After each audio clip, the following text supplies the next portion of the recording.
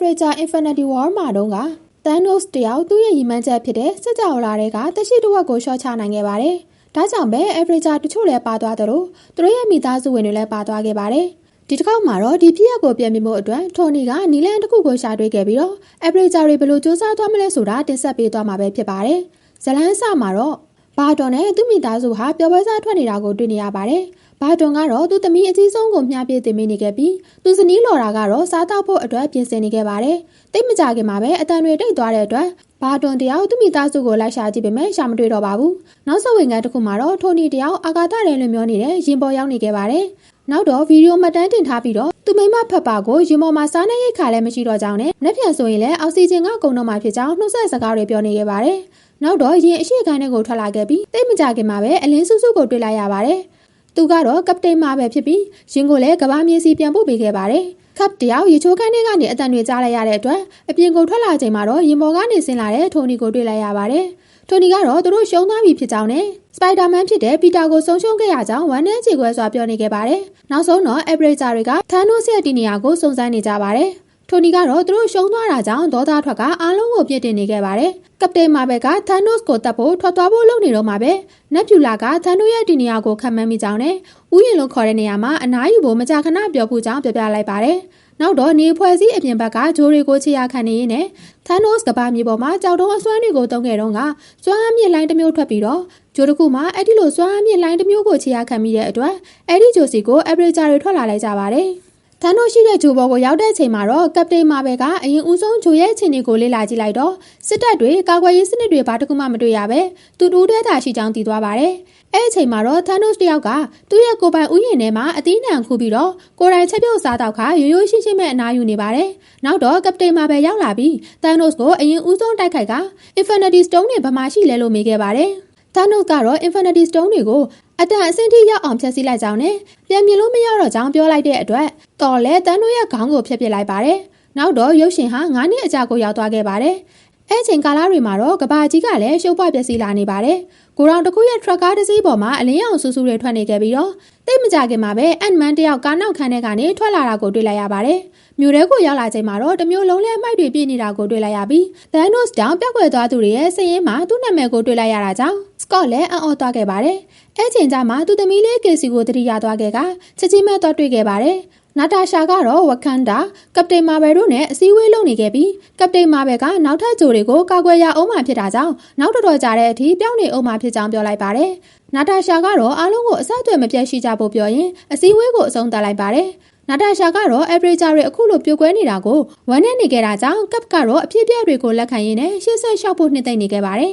။အဲ့ဒီအချိန်မှာပဲအိမ်ရှိမှာစကော့တယောက်ရောက်နေခဲ့ပြီးကပ်ကတော့ဒါကိုမက်ဆေ့အဟောင်းလို့ထင်သွားခဲ့ပေမဲ့တကယ်ဖြစ်နေတာကြောင့်အထဲကိုဝင်လာခိုင်းလိုက်ပါတယ်။အထဲကိုရောက်လာချိန်မှာတော့စကော့တယောက်သူနဲ့သူ့ဇနီးဟာအလွန်ကိုတင်းငယ်တဲ့ကွန်တန်ကဘာတဲကိုခရီးထွက်နေတာဖြစ်ပြီးပြန်ထွက်ဖို့လုပ်ချိန်မှာတော့ Thanos ကြောင့်ပြန်ထွက်မရတော့တာကြောင့်အထဲမှာပိတ်မိသွားခဲ့ကြောင်းရှင်းပြနေခဲ့ပါတယ်။ဒါပေမဲ့ကွန်တန်ရဲ့အချိန်ကတော့ဒီလိုမျိုးမဟုတ်ပ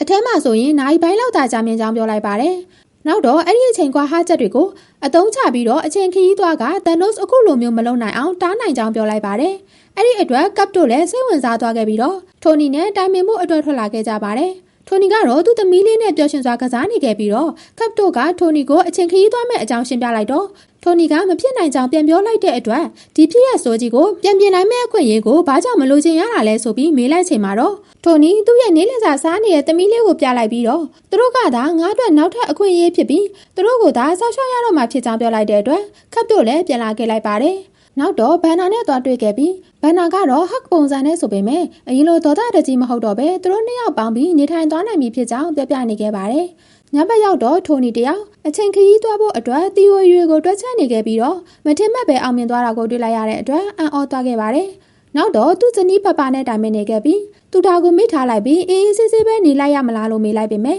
ပပကတော့ရှင်အနားယူနိုင်မှာမဟုတ်ပါဘူးလို့ပြောလိုက်ပါတယ်။ဘန်နာကိုတိုင်းအချိန်ခရီးသွားဖို့အတွက်စမ်းသပ်နေခဲ့ပြီးမအောင်မြင်တာကြောင့်ခပ်လဲစိတ်ပြက်ပြီးတော့အပြင်ကိုထွက်လာခဲ့ပါတယ်။အဲအချိန်မှာပဲထိုနီတယောက်ကားတစ်စီးနဲ့ရောက်လာခဲ့ပြီးတော့အချိန်ခရီးသွားဖို့အတွက် theory တစ်ခုကိုရှာတွေ့ပြီးဖြစ်ကြောင်းပြောပြီးတော့ခပ်ကိုလည်းသူ့ရဲ့ဒန်းကိုပြန်ပေးလိုက်ပါတယ်။ခပ်ကတော့ Avenger တွေအားလုံးစုကြဖို့ပြောလိုက်ပါတယ်။ Hawk ကတော့ရောက်လာသူတွေအားလုံးကိုသူကိုယ်တိုင်လှုပ်ထားတဲ့မုံလေးတွေနဲ့အခန့်နေပါတယ်။နောက်တော့ Hawk နဲ့ Rocket ဟာ New Ascot လို့နာမည်ပေးထားတဲ့တောရှိတဲ့နေရာကိုရောက်လာခဲ့ကြပါတယ်။တောတယောက်ကတော့ဘီယာတွေဖောနေခဲ့ပြီးတော့အခန်းတစ်ခုလုံးဟာလည်းညစ်ပတ်နံစော်နေခဲ့ပါတယ်။ရော့ကတ်ကိုတွေ့တော့သူ့ရဲ့ဘီယာပိုက်ကြီးနဲ့မျက်နှာကိုပုတ်ကနှုတ်ဆက်နေခဲ့ပြီးဂိမ်းထဲကကလေးတွေကိုလည်းအတုံးမကျလို့ဆိုကပတ်ဆဲနေခဲ့ပါတယ်။ Hope ကတော့အားလုံးကိုပြန်ခေါ်နိုင်ဖို့အတွက်ဒုတိယအခွင့်အရေးရှိကြောင်းပြောလိုက်ပေမဲ့ရစ်ထုတ်ကြီးဖြစ်နေတဲ့တော့ကတော့အားလုံးကိုဘူးကလန်ပြောနေတဲ့အတွက်ရော့ကတ်ကလည်းဘီယာနဲ့မျှပြီးခေါ်လာလိုက်ရပါတယ်။ဘာတွန်ကိုလည်းနာတာရှာတယောက်တော့ခေါ်လာပြီးတော့သီယိုရီကိုစမ်းသပ်ဖို့အတွက်ပြင်ဆင်နေခဲ့ကြပါတယ်။ပထမဆုံးအနေနဲ့ဘာတွန်ကိုအရင်ဦးဆုံးစမ်းသွားခိုင်းခဲ့ပြီးတော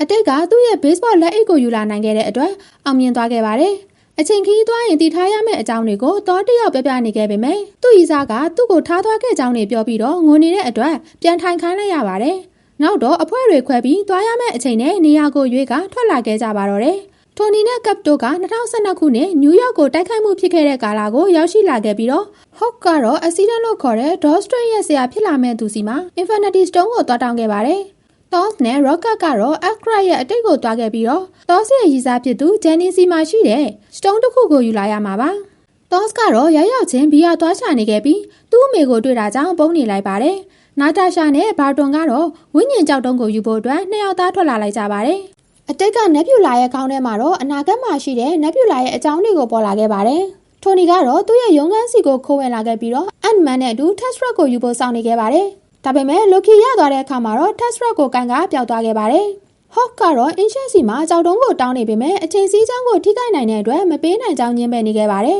။မော်ဦးရှောင်နေဖြစ်တဲ့အတွက်ကြောက်တုံးကိုလက်လွတ်စပယ်ပေးလို့မရကြောင်းပြောလိုက်တဲ့အခါမှာ Hawk ကလည်း Death Rain က Thanos စီကိုသူကိုယ်တိုင်ပေးခဲ့တာဖြစ်ကြောင်းပြောလိုက်တဲ့အတွက် Ancient လည်းတွေးဝေသွားခဲ့ပါတယ်။ Death Rain ကမော်စီယာရီထဲမှာအစွမ်းထက်ဆုံးဖြစ်လာမှဖြစ်ပြီးသူတာကိုအကြောင်းမဲ့သက်လုပ်ခဲ့တာမဟုတ်ဘူးဆိုကကြောက်တုံးကိုထုတ်ပေးခဲ့လိုက်ပါတယ်။ Thanos ကတော့နက်ပြူလာတွေအချင်းချင်းချိတ်ဆက်နေတဲ့အတွက် Avenger ရဲ့အကြံကိုတည်သွားခဲ့ပါတယ်။တောတယောက်သူ့အမိနဲ့တွေ့ချိန်မှာတော့တောကိုအနာဂတ်ကလာမှန်းတည်သွားခဲ့ပြီးစကားပြောနေတော့မှပဲ Rocket ကပစ္စည်းရလာတဲ့အတွက်ပြန်ဖို့ပြင်လိုက်ကြပါတယ်။နောက်တော့သူ့ရဲ့လက်ဆွဲတော်ဖြစ်တဲ့တူကိုယူခဲ့လိုက်ပြီးပြန်လာခဲ့ကြပါတယ်။ Power Stone ကိုယူမဲ့အဖွဲ့စီမှာတော့နက်ပြူလာရဲ့အကူအညီနဲ့ကြောက်တုံးကိုယူလာနိုင်ခဲ့ပြီးတော့Rodri ကအနာဂတ်ကိုပြန်သွားခဲ့ပေမဲ့နက်ပြူလာကတော့ခေါင်းထဲမှာနာလာခဲ့တဲ့အတွက်အတိတ်မှာကျန်နေခဲ့ပါတယ်။ထိုနီတို့ကတော့ Tesseract ကို Loki ယူသွားတဲ့အတွက်ကြောင့်နောက်ထပ်တနေရာမှာသွားကြဖို့ပြင်ဆင်နေကြပါတယ်။အဲ့ဒါကတော့1980ပြည့်နှစ်မှာရှိတဲ့စစ်စခန်းတစ်ခုပဲဖြစ်ပါတယ်။နောက်တော့1980ပြည့်နှစ်စီပြန်သွားပြီး Tesseract ကိုယူလာခဲ့လိုက်ပါတယ်။ယူလာပြီးပြန်ထွက်အလာမှာတိုနီတယောက်သူ့ဖေ Hardquark ကိုတွေ့လိုက်ရပြီးတိုနီကအံ့ဩသွားပေမဲ့ဟန်မပြတ်စကားပြောကထွက်လာလိုက်ကြပါတယ်။နာတာရှာနဲ့ဘာတွန်တို့ကဝိညာဉ်ကြောက်တုံးရှိတဲ့နေရာကိုရောက်လာခဲ့ကြပြီးလမ်းပြကတော့ထုံးစံအတိုင်းကြောက်တုံးကိုလိုချင်ရင်တမိုးထားဆုံးအရာကိုစတေးရမှာဖြစ်ကြောင်းပြောလိုက်တဲ့အတွက်နာတာရှာတို့လည်းစဉ်းစားနေကြပါတယ်။ဘာတွန်ကသူစတေးခံဖို့လုပ်ခဲ့ပေမဲ့နာတာရှာကကယ်လိုက်ပြီးသူပဲခုန်ဆင်းပြီးတော့စတေးခံလိုက်ပါတယ်။ဘာတွန်လည်းစိတ်မကောင်းစွာနဲ့ပဲကြောက်ကိုယူကမူလအချိန်စီကိုပြန်လာခဲ့ပါတယ်။နောက်တော့ကြောက်တွေအားလုံးကိုလက်အိတ်ထဲထည့်လိုက်ပြီးတော့ပြန်ခေါ်ဖို့အတွက်ဘယ်သူလုံးမလဲဆိုတာဆုံးဖြတ်နေကြပါတယ်။ Hawk ကတော့သူကအကောင်ကြီးတာမို့ဂမ်မာရောင်ကြီးတန်းကိုခံနိုင်တဲ့ဆိုကသူလုံးမယ်လို့ဆုံးဖြတ်လိုက်ပါတယ်။ထိုနီကရောင်ကြီးတွေပြတ်မသွားစေဖို့အတွက်နေရာတစ်ခုလုံးကိုပိတ်ချလိုက်ပါတယ်။အဲ့ချိန်မှာပဲအချိန်ခရီးသွားဆက်ရဲ့ဝင်ပေါက်ကနေရင်တစည်းဖြတ်ပြန်ပြီးဝင်လာခဲ့ပါတယ်။ Hawk ကလက်ဖြောက်တီးလိုက်တဲ့အတွက်ဒဏ်ရာရသွားခဲ့ပါတယ်။တိတ်မကြခင်မှာပဲဘာတွန်ရဲ့ဇနီးဖြစ်သူစီကနေဖုံဝင်လာခဲ့ပါတယ်။ Scott ကတော့အပြင်ကိုထွက်ကြည့်နေတော့မှပဲရှင်က Avenger ရဲ့စာဝူးကိုပြစ်ခတ်လိုက်တဲ့အတွက်ပျက်စီးသွားခဲ့က Avenger တွေလည်းအပျက်စီးတွေကြားထဲပိတ်မိသွားခဲ့ပါတယ်။နောက်တော့ Iron Man နဲ့ကပ်တို့3ယောက်ပေါင်းပြီးတော့ Thanos ကိုတိုက်ခိုက်ပါတော့တယ်။ Thanos ကတော့ကမ္ဘာမြေကိုဖျက်ဆီးပစ်ဖို့အတွက်သူ့စစ်တပ်ကိုခေါ်လိုက်ချိန်မှာတော့ကပ်ရဲ့အနောက်ကနေကမ္ဘာပေါ်မှာရှိသမျှ Avenger တွေရောက်လာခဲ့ပါတယ်။အပြန်လန်တိုက်ခိုက်ကြရင်းနဲ့ Thanos တယောက်လက်အိတ်ကိုရသွားခဲ့ပါတယ်။ဒါမဲ့ Iron Man ကပြန်လည်လူယူလိုက်ပြီးတော့သူ့ရဲ့လက်အိတ်ထဲမှာထက်ကလက်ဖြောက်တီးလိုက်တာကြောင့် Thanos နဲ့အတူသူ့ရဲ့စစ်တပ်ကြီးလည်းပျောက်ကွယ်သွားပါတော့တယ်။ Iron Man ကတော့လက်အိတ်ကထွက်လာတဲ့ဂမ်မာရောင်ကြီးတန်းကြောင့်သေဆုံးသွားခဲ့ရပါတယ်။ Avenger တွေလည်းသူတို့မိသားစုတွေစီပြန်သွားပြီးတော့အကုန်လုံးပြန်ဆုံးကြတဲ့အတွက်အောင်ပွဲခံနေကြပါတယ်။ Cap ကတော့ကြောက်တုံးတွေကိုပြန်သွားထားခဲ့လိုက်ပြီးတော့ပြန်မလာတော့ဘဲနဲ့အတိတ်မှာပဲနေခဲ့လိုက်ပါတယ်။နောက်တော့အဖိုးကြီးဖြစ်နေတဲ့ Cap ကိုတွေ့လိုက်ရပြီး Sam ကိုခေါ်လိုက်ကသူ့ရဲ့ဒိုင်းကိုပေးခဲ့လိုက်ပါတယ်။အတိတ်ကာလမှာတော့ Cap တယောက်သူ့ချစ်သူ Agent Carter နဲ့အတူကနေခဲ့ကဇလန်းလေးလဲပြီးဆုံးသွားခဲ့ပါတယ်။